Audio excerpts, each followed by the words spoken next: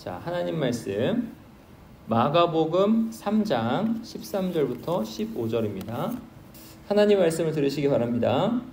또 산에 오르사 자기가 원하는 자들을 부르시니 나아온지라. 이에 12를 세우셨으니 이는 자기와 함께 있게 하시고 또 보내사 전도도 하며 귀신을 내쫓는 권능도 가지게 하려 하심이러라. 아멘. 연일 폭염이 계속되고 있는데 잘 지냈습니까? 네. 여러분 이럴 때일수록 감기를 더 조심해야 돼요. 안에 들어오면 춥고 바깥에 나오면 굉장히 더워요. 그래서 감기 조심하시기 바랍니다. 지난주에는 예수님께서 귀신을 쫓아내시고 자기를 나타내지 말라 하고 경고하신 장면을 생각해 봤죠. 귀신들이 아무리 옳은 말을 하더라도 사람은 귀신에게 물으면 안 된다 라고 했어요. 왜냐하면 사람은 자기가 판단하고 자기가 결정하고 자기가 책임지는 존재다. 그런 능력을 귀신에게 양도하면 안 된다라고 그랬어요. 이걸 잊지 말아야 됩니다. 그런데 귀신에게 물어보는 사람들도 다 이유가 있어요. 왜, 무슨 이유냐면 두렵다는 거죠. 두려워요.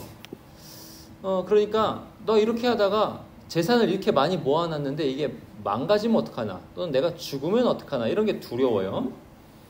사람이 할 수 없는 게 그거예요. 죽는 거. 죽는 것은 어떻게 못해요? 그런데 예수님께서는 그것을 해결해 주셨습니다. 죽음을 해결해 주셨어요. 그렇기 때문에 이제 믿는 사람은 죽는 것을 두려워하지 않아요. 그래가지고 믿음으로 판단하고 믿음으로 결정하고 믿음으로 책임을 져요. 이게 믿는 사람이에요. 그렇게 해서 하나님께 영광을 돌리고 하나님을 즐거워합니다. 그래서 예수님께서 우리에게 원하시는 건 뭐냐면 어떤 것을 두려워해서 대표적으로 죽음, 그거를 두려워해가지고 아무것도 못하는 상태, 그런 상태에 있는 거는 원치 않으세요. 그러니까 우리에게 원하시는 거는 담대함이에요. 죽음에서 해방시켜 주셨습니다. 죽음에서 해방시켜 주셨기 때문에 그 어떠한 것도 다른 영적인 존재에게 물어볼 필요가 없는 거예요. 귀신에게 물어볼 필요가 없다는 뜻입니다. 잘 아셨죠? 여러분 이제 한 가지 진리를 배웠어요. 어떤 것을 할 때 무당에게 물어보거나 타로점을 보거나 할 필요가 없다. 할 필요가 없다는 것뿐만 아니라 하면 안 됩니다. 오늘은 자기가 원하는 자들을 부르시니 라는 제목으로 말씀을 생각해 보려고 합니다. 오늘 보면 13절을 같이 읽어볼까요? 13절 또 여기 시작. 또 산에 오르사 자기가 원하는 자들을 부르시니 나아온지라. 예수님께서 산에 오르셨다라고 합니다. 이 말은 단순히 등산하셨다 이런 뜻이 아니에요. 출애굽기에 보면 하나님께서 시내산에 오셔가지고 이스라엘 백성들을 만나시는 장면이 나와요. 출애굽기는 이제 창세기 다음에 있는 구약 성경이거든요. 그 구약 성경에 보면 하나님께서 시내산이라는 데 오셔가지고 이스라엘 백성들을 만나세요. 그러면 하나님께서 어떤 모습으로 오셔서 만났을까? 우리 그거를 한번 볼까요? 신명기 가볼까요? 신명기는 구약 성경에 있는데 민신수, 창출내 민신수에서 신에 있어요. 신명기 4장 가보세요. 신명기 4장 12절. 자, 성경을 찾아보면 재밌습니다. 민수기 다음에 있어요. 신명기 4장 12절. 찾아보세요. 자, 천천히 찾아요. 신명기 4장 12절. 잘 찾고 있습니다. 맨 성경책 보면 거의 앞쪽에 있어. 저 앞쪽에 민신수에 있어요. 그래서 민을 딱 잡으면 민수기가 나와. 그리고 민수기에서 조금 뒤로 가면 신명기가 나와요. 거기에 4장이에요. 4장 12절. 신명기 4장 12절. 자, 다 찾았습니까? 네, 여호와께서, 우리 읽어볼까요? 시작. 여호와께서 불길 중에서 너희에게 말씀하시되 음성뿐이므로 너희가 그 말소리만 듣고 형상은 보지 못하였느니라. 자, 하나님께서 시내산에 오셔가지고 말씀을 하셨어요. 말씀을 하셨는데 음성만 있다라고 했어요. 음성만. 그때 하나님이 친히 음성으로 말씀하셨어요. 성경에 보니까. 그러니까 친히 음성으로 말씀하시는데 온 산이, 온 땅이 쩌렁쩌렁 진동하도록. 지진 겪어본 사람 있습니까? 지진? 제가 이제 옛날에 멕시코에서 지진을 겪어봤어요. 진도 6.7 정도 지진. 장난 아니에요. 차를 세워놨는데 차가 이렇게 움직여, 이렇게. 이게 사람이 그 본능적인 공포를 느껴요. 차가 이렇게 움직여요. 건물 안에 있는데 건물이 막 춤을 춰, 이렇게. 그래가지고 어떻게 했냐? 후다닥 나가가지고 집으로 갔죠. 집으로 뛰어갔어. 왜 집으로 뛰어갔을까? 데리고 나와야 되니까. 그래서 집으로 뛰어갔어요. 위에서 뭐 떨어지면 큰일 나거든요. 지진 위에서 떨어지거든요. 지진이 되게 무섭거든요. 근데 하나님께서 시내산에서 말씀을 하시는데 그 음성이 얼마나 쩌렁쩌렁한지 땅이 막 흔들렸어요. 이렇게 우르르 흔들렸어요. 그러니까 사람들이 그걸 듣고 아 이거 죽겠다 이러다가 그런 공포감이 들었었거든요. 그래가지고 모세한테 하나님 말씀하게 하지 말고 당신이 가서 듣고 그 들은 말씀 우리한테 전해달라고 그렇게 얘기까지 해요. 근데 하여튼 하나님께서 시내산에서 말씀을 하시면서 임재하셨단 말이에요. 오셨어요, 산에. 근데 형상을 볼 수 있었다 없었다? 볼 수 없었다 그래요. 다시 보세요. 너희가 그 말소리만 듣고 형상은 보지 못하였느니라. 형상 못 봤어요. 그러니까 하나님은 어떤 형상으로 볼 수가 없어요. 그래가지고 어떤 형상을 만들어 놓고 하나님이다 하면 안 되는 거예요. 하나님은 형상을 우리에게 보여주신 적이 없습니다. 그런데 뭐는 들을 수 있어요? 말씀은 들을 수 있어요. 음성으로는 말씀은 들려주셨어요. 그래서 그 말씀이 어떤 이에게는 그 말씀을 들을 수 있어요. 그래서 지금도 설교 말씀을 여러분에게 전하잖아요. 그럼 여기 지금 하나님 계세요? 안 계세요? 하나님 계세요. 하나님은 온 우주에 충만하고 계시니까 하나님 계세요. 근데 하나님 보여요? 안 보여요? 안 보인단 말이에요. 근데 말씀은 지금 들리잖아요. 근데 이 말씀이 어떤 이에게는 하나님 말씀으로 들릴 거예요. 지금. 아, 하나님 나한테 말씀하시네? 이렇게 들린단 말이에요. 그리고 믿음이 생겨가지고 영생을 얻는 사람이 이 중에 있습니다. 다 졸고 막 안 듣는 것 같고 그렇게 보여도 이 중에는 들어가지고 예수님 믿고 영생을 얻는 사람이 있어요. 하나님 말씀으로 들어가지고. 지금도 말씀은 들린다라는 거예요. 요한복음 1장 가볼까요? 요한복음 1장.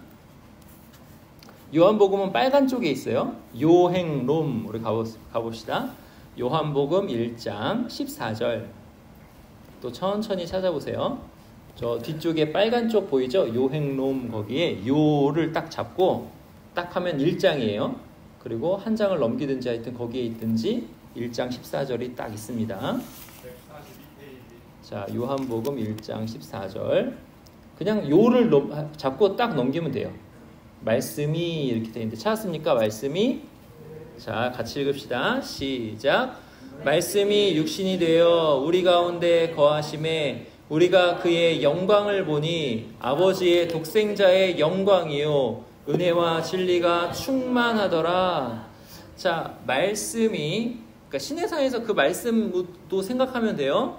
또 우리가 지금 성경 말씀을 얘기하는 이 말씀이라고 생각해도 돼요. 그 말씀이 육신이 되어 우리 가운데 거하셨다. 이렇게 돼요. 말씀이 육신이 되셨다. 자, 구약시대에는 시내산에서 하나님께서 음성만 있었죠. 형상 있었어요? 없었어요? 형상 없었어요. 근데 말씀이 육신이 되셨다 그래요. 그분이 누구냐면 예수님이에요. 말씀이 육신이 되셨다, 사람이셨다라는 말이에요. 예수님이에요.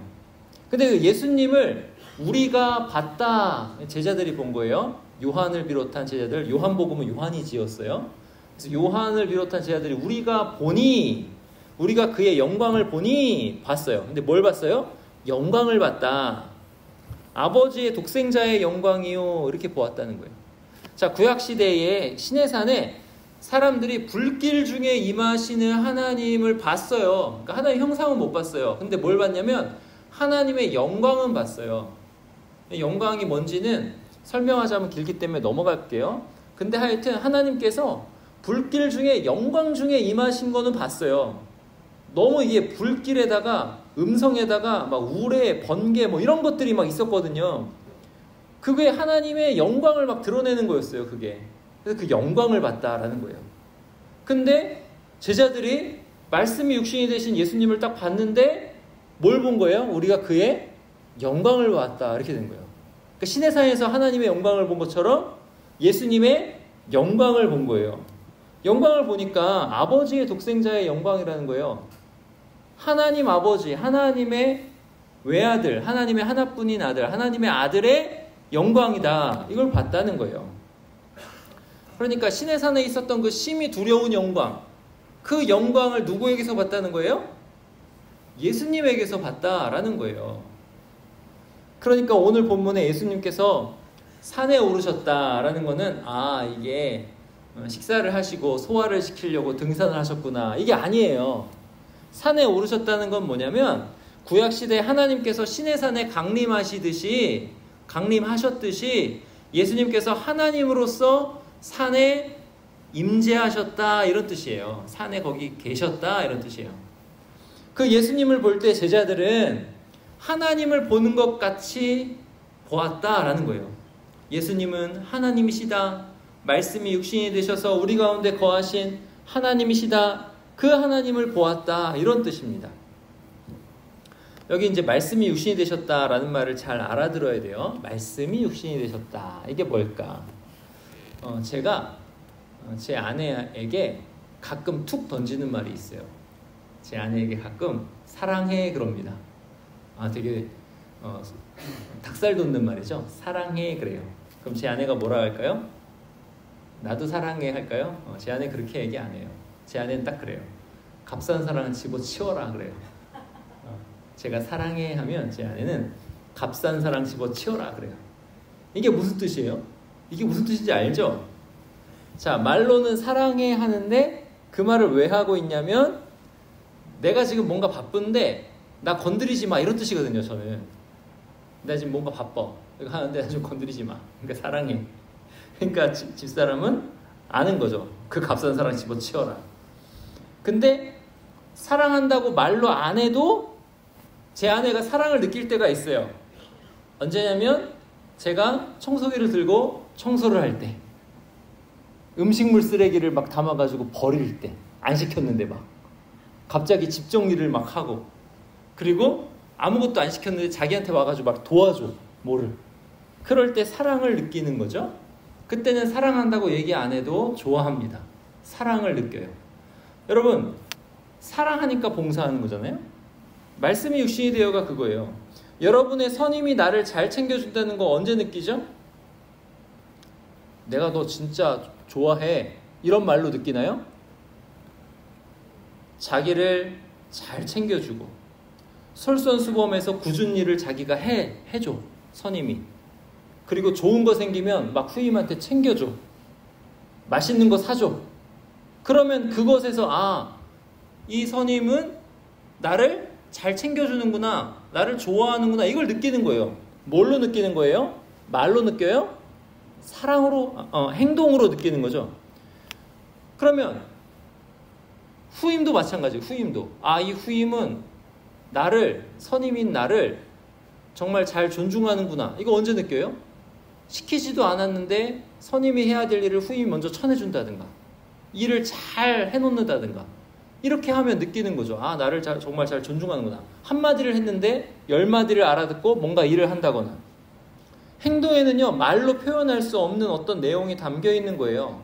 그러니까 말씀이 육신이 되어 라는 건 뭐냐면 하나님의 그 말씀이 예수님이라는 사람으로 딱 오셨는데 예수님을 딱 보니까 예수님이 구약 성경에 있는 그 모든 말씀이 예수님이네, 이렇게 보인 거예요. 하나님께서 정하신 율법과 계명이 있는데 예수님 보니까 예수님이 그 모든 걸 다 성취하고 이루시네. 구약 성경에 보니까 여러 가지 예언이 나오는데 예수님께서 행하시는 기적들, 하시는 말씀들을 보니까 이 예언이 예수님 안에서 다 이루어지네, 이걸 본 거예요. 거기에 더해가지고 예수님 보니까 이분은 하나님이시구나, 이렇게 보는 거예요. 하나님이셔. 신의 산에서 형상은 안 보여주시고 말씀으로 거하셨는데 그 말씀이야 이분이. 하나님이셔. 이것을 보고 경험한 거예요. 그리고 그거를 우리에게 알려준 겁니다. 예수님이 하나님이시라는 거를 우리에게 알려준 거예요. 누가 알려줬어요? 예수님이 하나님이시라는 거를 본 사람들이 알려준 거예요. 제자들이 알려준 거예요. 자, 그게 이제 오늘 본문의 뜻이에요. 오늘 본문의 뜻. 자, 예수님께서 산에 오르셔가지고 뭘 하셨어요? 다시 마가복음 3장 13절 보시면 또 산에 오르사 자기가 원하는 자들을 부르시니 나아온지라 이렇게 나오죠. 자기가 원하는 자들을 부르셨어요. 그러니까 그들이 누구냐? 제자들이에요. 왕이 부르고 신하가 나오는 것처럼 그들이 나온 거예요. 주권자가 부르고 종이 나오는 것처럼 그들이 나오는 겁니다. 아주 장엄한 장면이에요. 근데 그들이 나왔어요. 근데 그들을 왜 부르셨냐? 14절에 나와요. 우리 마가복음 3장으로 다시 가요. 14절 보세요. 우리 눈치 빠른 친구들은 거기에다가 요런 줄 있잖아요. 성경책에 보면 요 줄을 껴놨을 거예요. 요 줄을 저를 쫙 껴놓고 거기 본문을 껴놓고 자 마가복음 3장 14절 같이 읽읍시다. 시작. 이에 12를 세우셨으니 이는 자기와 함께 있게 하시고 또 보내사 전도도 하며. 자 12를 세우셨어요. 자 12를 세우셨다라는 건 뭐냐면 성경에서 12이 나올 때는 하나님 백성을 상징하는 숫자구나 이렇게 아시면 돼요. 12. 구약에는 12지파, 신약에는 12사도 이렇게 되는 거예요. 하나님 백성을 상징하는 숫자예요. 자, 사도는 누구냐면 보내심을 받은 자가 사도예요. 보내심을 받은 자. 그 왜 보냈냐 했을 때 교회를 세우라고 보냈거든요. 근데 누굴 보냈냐 했을 때 12제자를 보낸 거예요. 그래서 12제자는 12사도예요. 근데 하여튼 교회를 세워요. 그럼 교회는 누구냐? 하나님 백성들이란 말이에요. 그러니까 하나님 백성들을 세우라고 보낸 거예요. 그래서 12은 하나님 백성들을 상징하는 숫자예요. 자, 구약시대의 하나님 백성은 누구예요? 이스라엘 백성이에요. 그럼 이스라엘 백성은 누구냐면 이스라엘이라는 사람의 아들들이란 말이에요. 이스라엘이 야곱이거든요. 야곱? 여러분 영어 이름 제이콥 알아요? 제이콥이 바로 야곱이에요. 야곱. 그 야곱의 이름이 이스라엘로 바뀌어요. 하나님의 이름을 바꾸셔요. 그래서 이스라엘의 아들들이 12명이야. 그래서 그 12명이 하나님의 백성들을 구성하거든요. 그래서 12지파.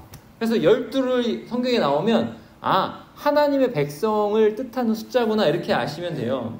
12를 부르셨어요. 왜 부르셨어요? 하나님의 백성들을 세우시려고, 교회를 세우시려고 부르신 거예요. 그러면 교회는 어떻게 세우냐 했을 때 12를 부르시고 그 다음 말이 되게 중요해요. 이는 자기와 함께 있게 하시고, 이게 되게 중요해요. 자기와 함께 있게 하시고. 12제자 12사도에게 원하신 것이 뭐예요? 자기와 함께 있는 거예요. 진짜 중요해요. 왜 중요하냐면 우리는 예수님을 믿기 때문에 그래요. 무슨 말이냐면 이 12제자들이 예수님과 함께 있으면서 예수님을 보고 경험했다는 거예요. 그거를 우리한테 전해줬다라는 거예요. 그래서 우리가 믿는 예수님은 어떤 예수님이냐면 12제자들이 보고 경험한 예수님이라는 거예요. 그걸 어려운 말로 이렇게 얘기해요. 사도적 증언이다. 이렇게 얘기해요. 이들이 예수님을 보고 경험한 그 내용을 우리가 믿는다. 이런 뜻이에요. 자, 예를 들어 볼게요. 여러분이 저쪽 다른 부대에서 여러분에게 파견을 왔다고 합시다. 파견을 이제 왔어요. 어떤 친구가. 근데 그 친구가 어떤 친구인지 궁금해. 일은 잘하는지 성격은 문제가 없는지 궁금합니다. 그래서 그 친구한테 알아보려고 어떻게 하면 돼요? 알아보려면 그 친구랑 같이 생활한 사람을 수소문하면 되죠. 그 친구랑 같이 생활한 사람 보니까 알고 보니까 훈련소 동기예요. 그래서 물어보는 거지. 얘 어때? 또는 이 친구의 선임한테 물어볼 수도 있어요. 얘 어때? 1년 정도 같이 생활했다고 쳐요. 그러면 이 친구들이 얘기한 것이 대충 맞을 거예요. 왜? 1년 동안 같이 생활했으니까. 어떤 사람인지 대충 나오죠. 자, 제자들이 예수님이랑 어떻게 했다고요? 같이 있게 하시고 같이 있었어요. 예수님께서 제자들을 부르셔가지고 뭘 먼저 시키신 게 아니라 뭘 하게 하셨냐면 같이 있게 하신 거예요. 함께 있게 하신 거예요. 제자들은요, 예수님과 3년을 같이 생활했습니다. 같이 생활하면서 예수님을 속속들이 알아요. 예수님의 생활 습관도 알고, 예수님의 말 습관도 알고, 예수님이 무슨 음식 좋아하시는 것도 알고, 또 예수님이 어떤 기적을 행하신지도 알고, 정말 많이 알아요. 그래가지고 뭐 요한복음에 보면 예수님이 이거 말고도 엄청나게 많은 기적들을 다 행하셨는데 그거 다 기록하려면 세상에 책을 쌓아둘 곳이 없다라고 이런 얘기도 나와요. 그러니까 제자들은 그거를 다 보고 다 경험한 거예요, 이 사람들은. 근데 이 사람들이 그걸 다 보고 경험하고 나서 결론이 뭐냐면 예수님은 구약 성경에 나오는 하나님이셔. 말씀이 육신이 되신 분이셔. 구원자셔. 하나님이 보내신 구원자야. 여자의 후손이야. 메시아야. 예수님이 구원자, 예수님이 하나님이셔. 이게 결론이에요, 여러분. 예수님이 어떤 분이신지를 그리고 마태복음, 마가복음, 누가복음, 요한복음에다가 기록해놨어요. 이것을 가리켜서 사도적 증언이라는 거예요. 그래서 교회는 사도가 증언하는 예수님을 믿는 사람들이에요. 다시, 교회는 사도가 증언하는 예수님을 믿는 사람들, 그 사람들의 모임이 교회인 거예요. 우리는 계속 마가복음을 이제 본문으로 설교하고 있죠. 왜 그러고 있어요? 마가복음에 예수님이 어떤 분이신지 잘 나오니까 그래요. 제가 여러분에게 계속 예수님 믿으세요, 예수님 믿으세요 하는데 예수님이 어떤 분이신지 알고 믿어야지. 그러니까 마가복음을 지금 잘 배워야 되는 거예요. 이거 잘 배워야 돼요. 왜냐하면 가령 누가 어떤 사람이 여러분한테 내가 재림한 예수다 막 그러면은 맞아요, 틀려요? 틀려요. 왜 그 사람을 믿으면 안 돼요? 근데 왜 그 사람을 믿으면 안 됩니까? 사도적 증언이랑 달라서 그래요.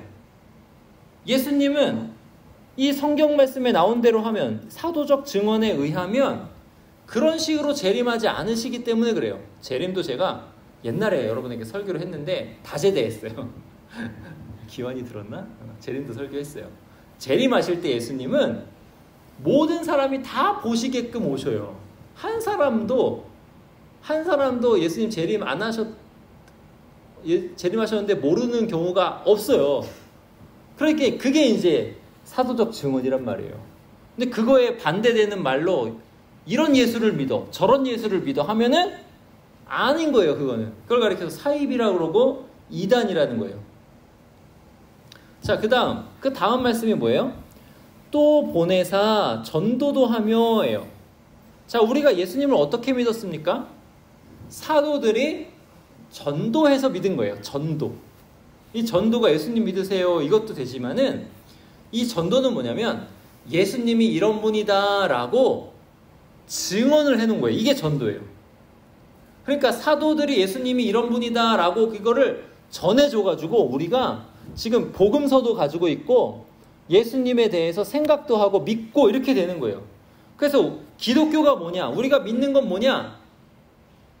그건 뭐냐면 예수님께서 하나님이시다라는 걸 믿는 건데 뭘 근거로 믿느냐? 그 근거가 뭐냐 하면 사도적 증언이 근거다라는 거예요. 사도적 증언은 뭐예요? 예수님을 3년간 몸소 경험한 제자들이 전해준 거. 이게 사도적 증언. 자, 그러면 우리의 믿음은 어떤 믿음이에요? 광적인 믿음이 아니라는 거예요. 여러분, 광신도라고 들어봤어요? 광신도는 뭐예요? 미친 믿음의 사람, 이런 뜻이잖아요. 광인은 미친 사람이고, 미쳤다, 정신이 온전하지 않아, 어떻게 저걸 믿을 수 있어? 근데 우리는 미쳐서 이걸 믿는 게 아니고 근거를 가지고 믿는 거예요. 아까 다시 어떤 친구가 파견을 나왔어요. 그리고 그에 대해서 전해주는 말이 이 친구는 정말 좋은 친구야. 일도 잘해. 리더십도 있어. 후임도 잘 챙겨. 존경도 받아. 그리고 이 친구 너희 부대 가면 너희 부대 진짜 복 받은 거야. 얘 진짜 일 잘해. 정말 좋은 애야. 이 말을 전해줬어요. 그래가지고 우리가 들었어. 이 친구가 왔어. 와서 보니까 진짜야. 일도 잘하고 리더십도 있고 후임 잘 챙기고 일을 타닥타닥 쳐내가지고 5명의 일을 해 막. 그래서 이 친구랑 같이 붙어있으면 내가 너무 편해. 너무 좋아. 일이 막 잘 돌아가니까. 자, 그러면 그 전해준 말을 내가 그런가 하고 있다가 이 친구가 와서 보니까 그 전해준 말을 어떻게 돼요? 믿게 되죠. 믿어요. 그죠? 우리가 광신도가 아니라는 게 그런 뜻이에요. 누가 예수님은 하나님의 아들이요 구원자요 우리 주님이다 라고 전해줬어요. 처음에는 그 전해준 말을 듣고 그런가? 이렇게 생각해요. 그런가? 그러다가 어느 순간에 여러분이 예수님께 기도하기 시작할 때 예수님께서 찾아오세요. 여러분을. 우리 형탁이한테 찾아가고 우리 혜성이한테 찾아가고 막 찾아가신다고. 우리 도원이한테 찾아가고 막 준우한테 찾아가셔요. 찾아가셔가지고 내가 뭔가 기도를 했는데 그 기도를 이루어 주시네.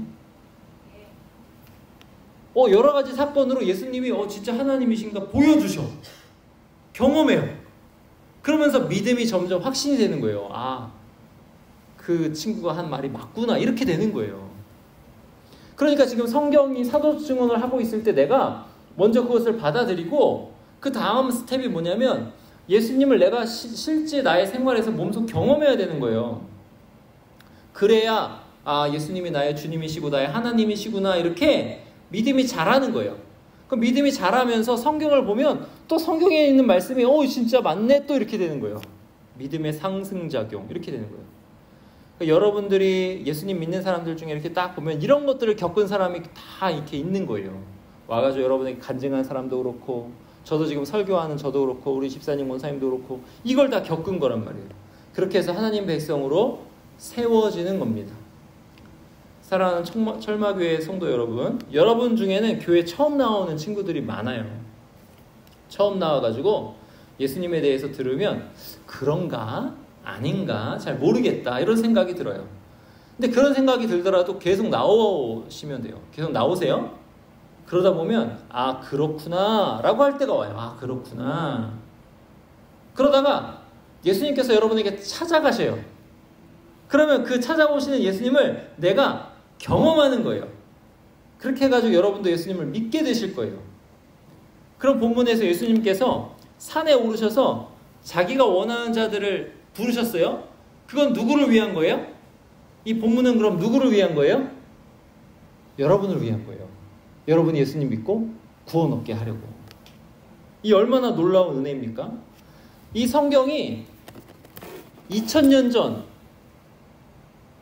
4000년 전 그런 기록이고 나랑은 아무 상관없는 그런 이야기가 아니고 예수님 믿으라고 나한테 주신 이야기라는 거예요. 그리고 이 말씀 덕분에 내가 예수님 믿어가지고 영생을 얻었다. 구원을 얻었다라는 거예요. 이걸 잘 아시고 생각하셔서 믿고 구원 얻으시는 저와 여러분 되시기 바랍니다. 기도하시겠습니다.